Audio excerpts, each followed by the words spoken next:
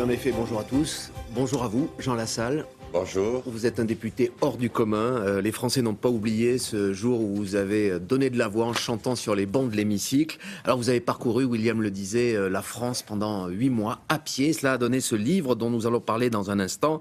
Mais d'abord, l'actualité immédiate. Vous êtes un député rural des Pyrénées-Atlantiques. Que vous inspire la bataille autour du barrage de Sivins? Êtes-vous plutôt du côté des agriculteurs qui soutiennent ce projet ou du côté des écologistes? Élu rural, mais élu de la nation. Et ce barrage, il faut le faire.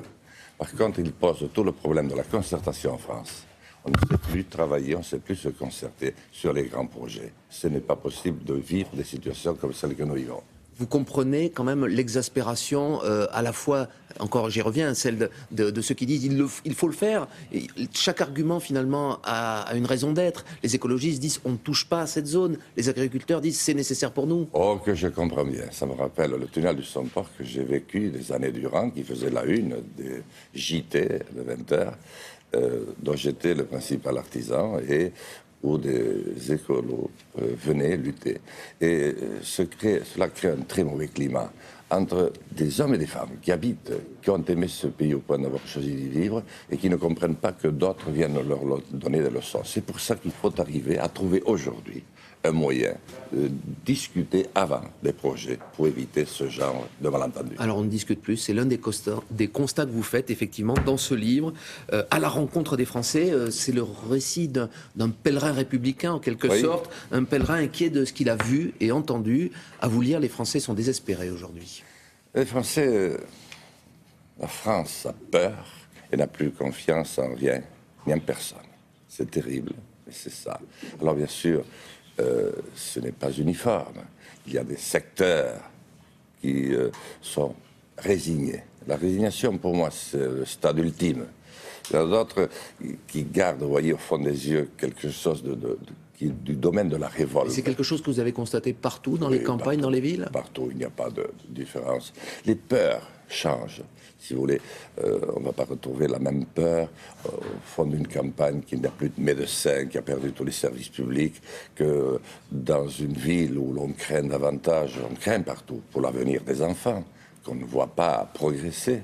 Et puis, on ne va pas vivre la même chose dans le Nord et l'Est, qui a vu l'industrie s'écrouler en 10 ans. Alors justement, lorsque vous traversez la Picardie, vous écrivez que les gens vivent davantage barricadés que pendant la guerre dans cette région où il y a de la désertification, où beaucoup d'usines ont fermé les unes après les autres. C'est très inquiétant, effectivement, comme constat. C'est les maires qui me l'ont dit eux-mêmes. Et le premier maire qui m'a dit cela, c'est un maire que j'ai cherché 2 heures dans sa commune parce que il n'y avait personne. Il n'y a pas si longtemps, il y avait les pépés et les mémés qui étaient sur le pas de la porte. Je n'en trouvais aucun. Et je n'entendais que des chiens barricadés derrière, voyez, des grillages. Et un maire me dit, voyez, on n'est plus barricadé aujourd'hui que pendant la dernière guerre. C'est effectivement terrible. Et cela se traduit par un manque d'échange, et c'est une crise humaine. Mais que vous ont dit les gens? Ils ont envie d'être plus reconnus, davantage pris en compte par la République. À la fois, c'est un discours aussi que l'on entend sur tous les bords de l'échiquier, et ce sentiment ne cesse de croître. D'abord entendu, si vous prenez le soin d'entendre, mais il faut du temps. 7 heures pour faire 1 kilomètre à la sortie de Valenciennes. Et que vous disent les gens alors? Et les gens disent d'abord qu'ils nous détestent. Vous, les hommes politiques? Oui, mais pas que nous, les élites. Vous savez, vous n'êtes pas beaucoup les médias mieux. aussi.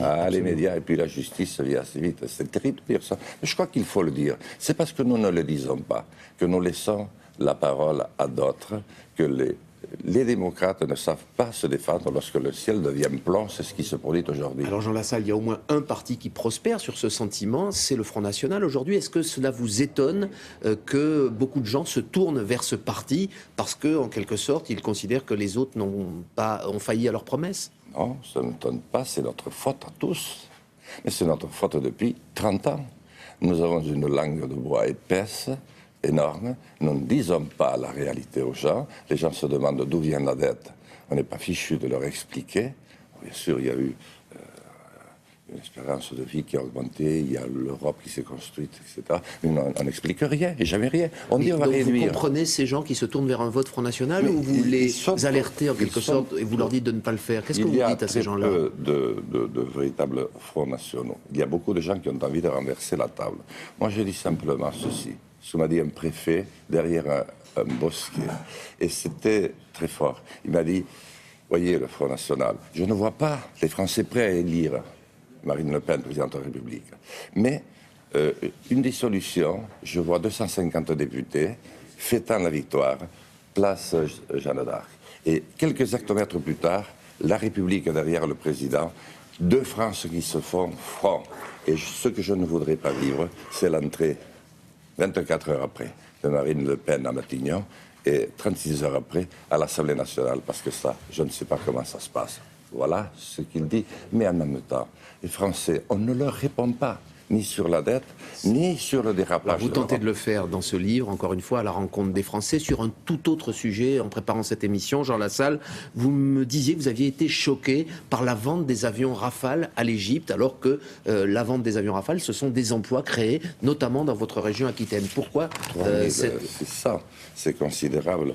Et c'est très dur pour un élu. Alors pourquoi êtes-vous contre cette vente Contre, je me dis, vous voyez la situation du Moyen-Orient, du Proche-Orient, oui. Vous voyez que nous nous engageons de plus en plus dans la guerre. Et c'est une réflexion des Français, de bon sens. Mais combien de temps continuerons-nous à vendre des armes à ceux qui nous tirent dessus? Vous savez que l'Égypte a failli basculer il y a 2 ans. Hein. L'Égypte, elle est là. Moi, je souhaite que ça aille bien. Mais on ne sait pas où elle va. Alors je sais bien qu'il y a 3600 emplois aussi chez moi, mais ça ferait ça. C'est des débats. Beaucoup de pays que à qui on ne pourrait pas vendre des avions Rafale sur dans la ce cas. place publique, oui. Mais on devrait se poser ce genre de questions et on devrait se les poser dans les G7 et les G8 et d'abord dans les débats que nous pourrions retrouver si nous refaisions de la politique en France. Eh bien, vous vous en faites dans ce livre, À la rencontre des Français, paru aux éditions du Cherche Midi il y a quelques jours. Je vous remercie, Jean Lassalle. Merci à vous. Et dans quelques instants, on retrouve William Lémergie. Très bonne journée.